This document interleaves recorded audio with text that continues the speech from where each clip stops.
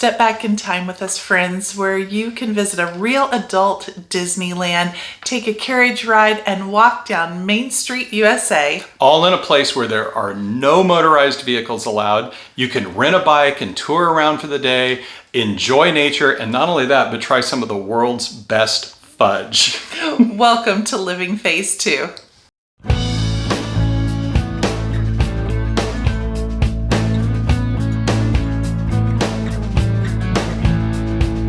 Hi, I'm Mike. And I'm Nancy, and we're empty nesters striving to live life to the fullest. Our goal is to give you the best hints, tips, and tricks so you can live your best second phase, empty nest phase of life. So, where is this place we're talking about? Well, it's Mackinac Island. It's a small island 8.5 miles across that is located on Lake Huron between Michigan's upper and lower peninsulas. Yeah, and what makes this place so special? Well, one of the biggest things is there are no motorized vehicles allowed, no cars, nothing of that nature. So everything you do to get around is either by bicycle or by horse-drawn carriage, riding a horse, or walking. That's the way you get around this island. And it truly takes you back in time from the moment you step off the ferry that takes you to the island. It's just amazing. It's pure charm. It is. It's unlike almost any other place in the world.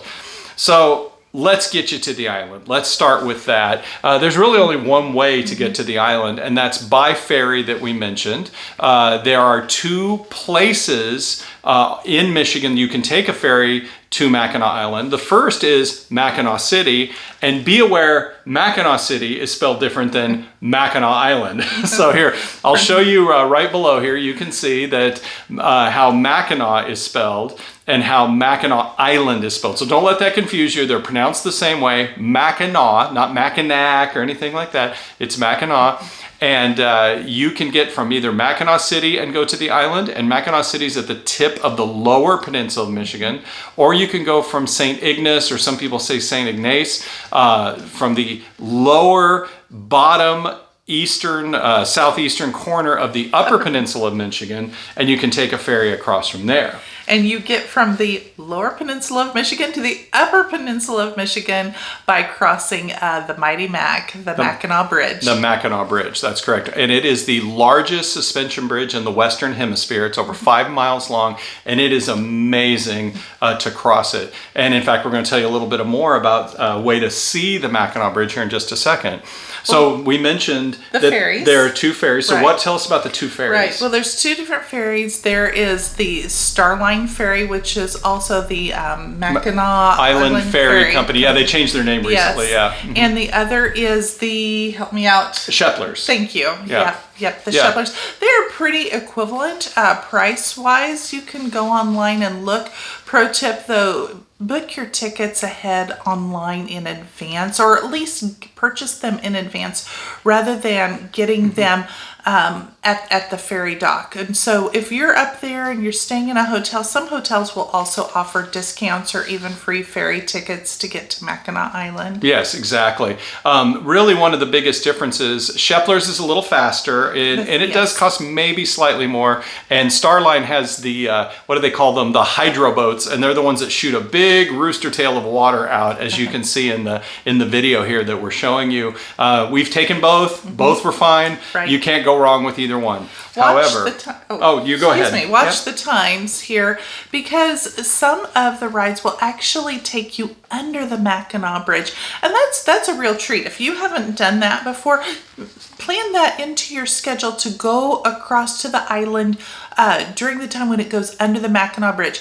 The actual time to get to Mackinac Island is about 15 minutes, and if you take the little detour that goes under the Mackinac Bridge, then it's about 25 Right, minutes. exactly. And do not miss that. If you have not gone under the bridge, be sure to look online, and you'll see a bridge trip or something about a bridge visit or under bridge. And again, it doesn't cost any more, Right. and it's only on the ferries from either Mackinac City or St. Ignace over to the Mackinac Island. But you can look online and see those ferry times. They're highlighted in their schedules, the ones that go under the bridge, and they're usually in the morning, 9:30, 10:30, etc. in the morning. Yeah. So let's talk a little bit more about the ferries, because this can be a little confusing. When you buy a ferry ticket on either line, the ticket does not have a specific date or time on it, which can throw people.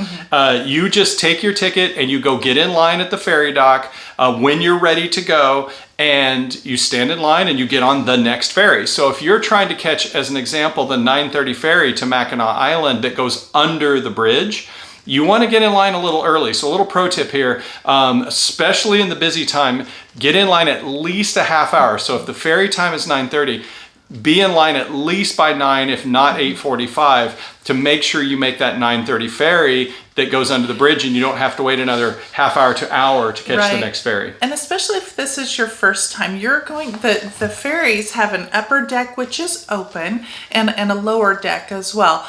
As long as it's not raining, we recommend that you get on the upper deck and get on the left side, because you're going to approach Mackinac Island. It's going to be on your left side, so you're going to get some great pictures as you're sailing in there or boating in there. You're going to also see the extravagant Grand Hotel on Mackinac Island, and you can get some beautiful pictures of that as well. Yeah, so enjoy that. And but even in the summer, another pro tip, bring a sweater or something of that nature, because if you're sitting up on top, you may think, oh, it's 80 degrees outside. But when you get on Lake Huron, it's going to be quite chilly, and there's a breeze and everything. So just be aware that if you are sitting on the upper deck, even in the summer, it can be a little chilly. It can be. So and when you get to Mackinac Island, now pay attention, because they're going to tell you on the boat which dock you need to return to get back to your destination, either Mackinac City or St. Ignace, because you don't want to get on the wrong ferry. Yeah, different docks go to different cities. So just listen and remember what number dock they tell you and to if get you're to. not sure, just ask. Just show them your ticket and say, I'm going back to Mackinac City. Which dock do I go to? And they're all close extremely to helpful. each other. Yeah. Yes, they're all lined up on Main Street. So so when you arrive and step off the ferry, you are transported back in time. You truly are. You're going to be greeted by horse and carriages, hundreds of bicycles. It's just it is true. It's like Main Street USA at Disneyland. Yeah, except it's real. I mean, it's real. People really live there, and this is truly a Main Street that's an operating, living, breathing Main Street. So yeah, it is. When you walk out from that entrance, it really is amazing. Right. So how do you begin your day on Mackinac Island? Well, we recommend starting out with a carriage tour, either a private carriage tour or going on one of the public carriage tours. We've taken both. Both have been a lot of fun. They're very informative. Your private tour is going to run about $100 per half hour, but it's for up to 6 people. So that it's not per person. It is for up to 6 people. So $100 per half hour, and that's Go Livery Carriage Tours. And we'll put a link in the description. Yes, we will. And so we did that when there was a group of us, and the other is through the public carriage tours, and that runs $39. And the carriage tour is going to run about an hour approximately. You can purchase add-ons such as going to the butterfly house. That makes it about $50. Yeah, adding on the butterfly house. It does. It does per person, right? Yes. So really, depending on how many are in your group, may determine which route you want to take. Pro tip though, if you're going with the public carriage tours, especially during the peak summer time, the wait can be really long. So get over there, get your reservation time, and know what time that you're going to meet your carriage, so that you're not waiting an hour. Yeah, because or even the public longer. tour through the Mackinac Carriage Company doesn't take reservations. You get in line, they give you a time, a little slip of paper, and then they start calling those times: 12:20, 12:30, 12:40, and then as soon as they call your time, then you line up, and then you board a big carriage with 20 to 30, 40 of your closest friends, and then you go around on the tour. Really, like Nancy said, both tours are going to take you possibly to similar places. The nice thing about the private tour, they'll take you wherever you want. Right. In fact, the driver may ask you right away, what do you want to see? And if it's your first time to the island, we recommend just saying, we're in your hands. First, tell them you're first timers to the island and you want to see the highlights. But if they do ask, some of the things you might want to see is, a ride past the porch of the Grand Hotel, because a private tour can take you right in front of the porch, right, whereas the public can't. Exactly. You might want to see Arch Rock. The public tour will take you there. Stop off, you can see it, but Arch Rock is a big thing to see. And they say the arch itself of the rock may only last another 10 or 20 years, so it'd be a good thing to see. Too. It's very pretty. Sugarloaf Rock is a great overlook. And then the fort on there, the Fort Holmes is the name of it. Fort Holmes is way up on the highest point of Mackinac Island. You get a gorgeous view of the bay and the island itself from up there. Again, the private tour will take you up that way, and the public will not. So there's some ideas to tell your carriage driver if you go that route. And if you decide to go the private route, an hour and a half is really plenty of time to see a good portion, to see really all the highlights. Oh yeah, absolutely. We went actually with 2 hours, and I mean, she took us back to see where the people actually live on the island, the full-timers and workers. She showed us her house. We had plenty of time, and it was a wonderful tour, wonderful carriage driver. But really, I think about an hour and a half would be good enough for that. Exactly. Yeah, I agree absolutely. It doesn't make sense to do on a private tour is the butterfly house. In fact, the way the public tour works is they will come up, your carriage will stop, they'll let everybody off, and then there's an area up there you can tour that has a butterfly house. In fact, it has a blacksmith shop from one of the individuals who's competed on Forged in Fire, and you can go actually make your own knife in the blacksmith shop. It's quite an experience. But they let you wander around there as much as you want, and then you can go and board another carriage that they take you back into town, whereas the private doesn't really allow for that. One thing we do recommend, though, in that area, whether you take a private or the public, is do the butterfly house. Yes. It was just, I didn't know if I'd like it or not. It was I mean, you fun. can see from the video here, just be ready. You better not have a butterfly phobia. I'm not sure what that's called, but they are going to land on you. They're going to be everywhere, and it's a really fun experience. And so if you do take the private, once your private carriage tour ends, you can either have them in there. So you could have them, they'll leave you wherever you ask. You could stop there and say, just leave us at the butterfly house, and then you could go tour it. Or if they leave you back on Main Street, you can take a horse-drawn taxi ride, and it's about $7 or so. They'll take you back up to the butterfly house. So just a little tip there, but that's you can see from the pictures, we really think that's a don't miss. We do. Oh, and there's a great little shop in there next to it that sells these fresh hot donuts they make. Yes. So those are really good too. Before we go on to our next topic, be sure to hit that like button, subscribe, and turn on those notifications. Friends, we truly appreciate you, and that way you'll be notified of content like this that we put out in the future. Thank you so much. Well, by now, you're probably starting to get a little hungry, and there are plenty of places to eat on the island. We've listed our top 5 favorites for you. Absolutely. And so the first one that comes up is the Pink Pony. This one is a perennial favorite of most people that go to the island. In fact, most people say you haven't hardly been to the island unless you've had a drink at the Pink Pony bar. Really or the busy. Yes. And they are open for breakfast, lunch, and dinner. Little warning here. Just be prepared with your pocketbook because you are on a tourist island. They ship everything in from the mainland, so prices obviously are a bit higher here. Expect to spend in any of the places we're talking about here with tip and a drink around $25 to $30 a person for lunch. That would be not for a bad most for most place. places, except for maybe some that we're going to talk about later and as your splurge places. But the Pink Pony, great food. Be sure to try their whitefish dip. Whitefish dip is almost everywhere up in the UP in northern Michigan. It's excellent, but theirs is served hot, and you weren't sure about that. But it was good. It was very good. It's a smoked. They smoke the whitefish, and they add cream cheese, and then other ingredients. Some make it a little. And it's whitefish right from the Great others. Lakes. It Absolutely. Is. The next is the Yankee Rebel Tavern. It's also open for breakfast, lunch, and dinner. And the thing that they specialize in is their pot roast. It's delicious. Yeah, you already took a step back in time. This kind of almost Revolutionary War looking tavern is just fits perfectly in Mackinac Island. 2 blocks from the Mackinac Fort and everything. And yeah, the pot roast does not disappoint. The next is if you want to have a great bit unique breakfast, but also their lunch and their hamburgers. It's a bit more affordable place. Is the Chuckwagon. They're only open for breakfast and lunch, and great hamburgers, but it is a tiny little place. Friends, I'm not kidding you. When they stand at the counter, they take their hand and they reach behind and they grab a plate and the grill is right. I mean, it is it's about that wide. About that wide from the grill to the counter.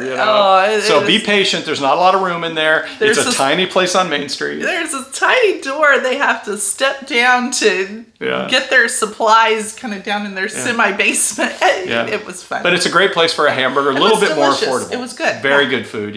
Next one is the Great Turtle Brewing Company. So Mackinac actually in the Native American language means turtle. And the reason they said that is it looks like the island is a dome, like a turtle back floating in the Great Lake, and that's where they named the island. So you'll see all kinds of turtle references, turtle ceramics, turtle paintings, turtle sculptures all over the island. And so this is the Great Turtle Brewing Company. Great beer. What we really enjoyed there was just doing some appetizers.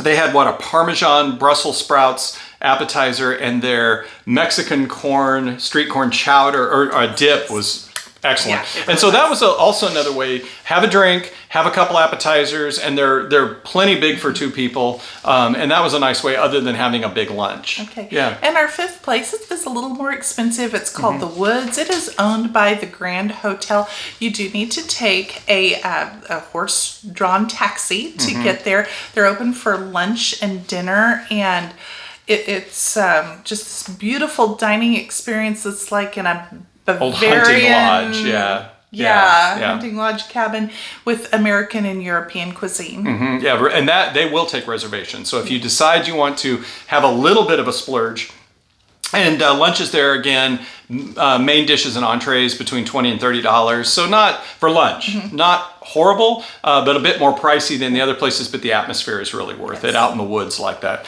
So let's talk about our sixth item, our bonus, our splurge. So go ahead. If you are on Mackinac Island, you could do this anytime, but I guess I would do it if we were celebrating an anniversary or a birthday or something. Which we were last time we ate there. Is to go to the Grand Hotel, to their main dining room. You do need to make reservations for this.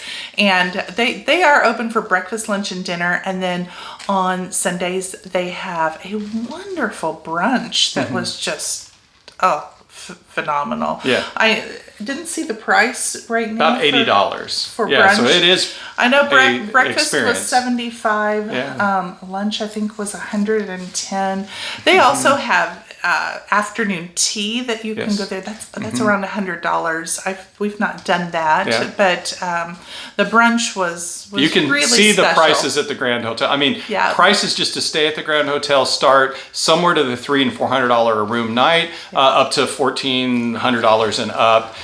You can check to see. Sometimes they run specials if they have some openings, but honestly, this is kind of moving a little bit into staying there. If you're going to stay on the island, which we have done, we prefer the bed and breakfast or the small hotels. In fact, we've stayed at the Lilac Hotel downtown. Wonderful experience. We'd recommend that. So, but back to the Grand Hotel, if you're thinking, well, I just want to go and tour the Grand Hotel, there is a charge or a fee for that. But if you're it's $10. If you're eating there, then the fee is waived. The fee's waived, yes. Exactly. So again, if you're only going to go once, it might be something you think about. You might go tour the grounds. There's so much history in the Grand Hotel there, and so it may be worth the $10 to walk around the grounds too. Okay, so you've had your carriage tour, either private or public. You've gotten your overview of the island. You've had a nice lunch. And now you've still got a few hours before you have to catch that 4 or 5 o'clock ferry back to the mainland. Well, what do? Well, there's tons of things to continue to do on the island. The number one thing to do on Mackinac Island, though, is fudge shopping. You'll see Main Street completely lined with fudge shops. There's several different brands, around 5 or 6 different major brands of fudge along the island. It smells so good. In fact, they intentionally put fans and they blow the smell of the fudge out into Main Street. And feel free to step right into any fudge shop, look down and see what kind of flavors you might like. And it's like being at Costco a little bit. They have free samples. So they will give you a sample of any kind of fudge that you want.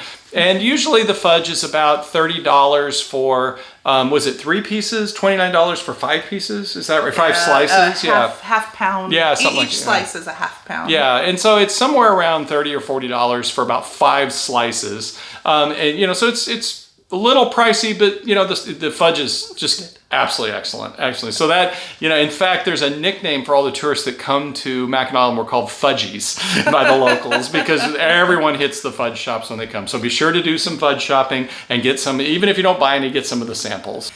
So in addition to fudge shopping, there are plenty of other shops, from your high-end shops of clothing and jewelry to your standard t-shirt souvenir shops for Mackinac Island. And we had a good time doing shopping and going up and down Main Street. Yeah. In fact, last time we went with my parents, and my mother and Nancy enjoyed the shopping quite a bit. And the nice thing, my father and I could walk along the street, and there's lots of benches, so you can just sit down on the bench and just enjoy and relax the beautiful day and watch the horse-drawn carriages go by while someone else is doing all the shopping. So.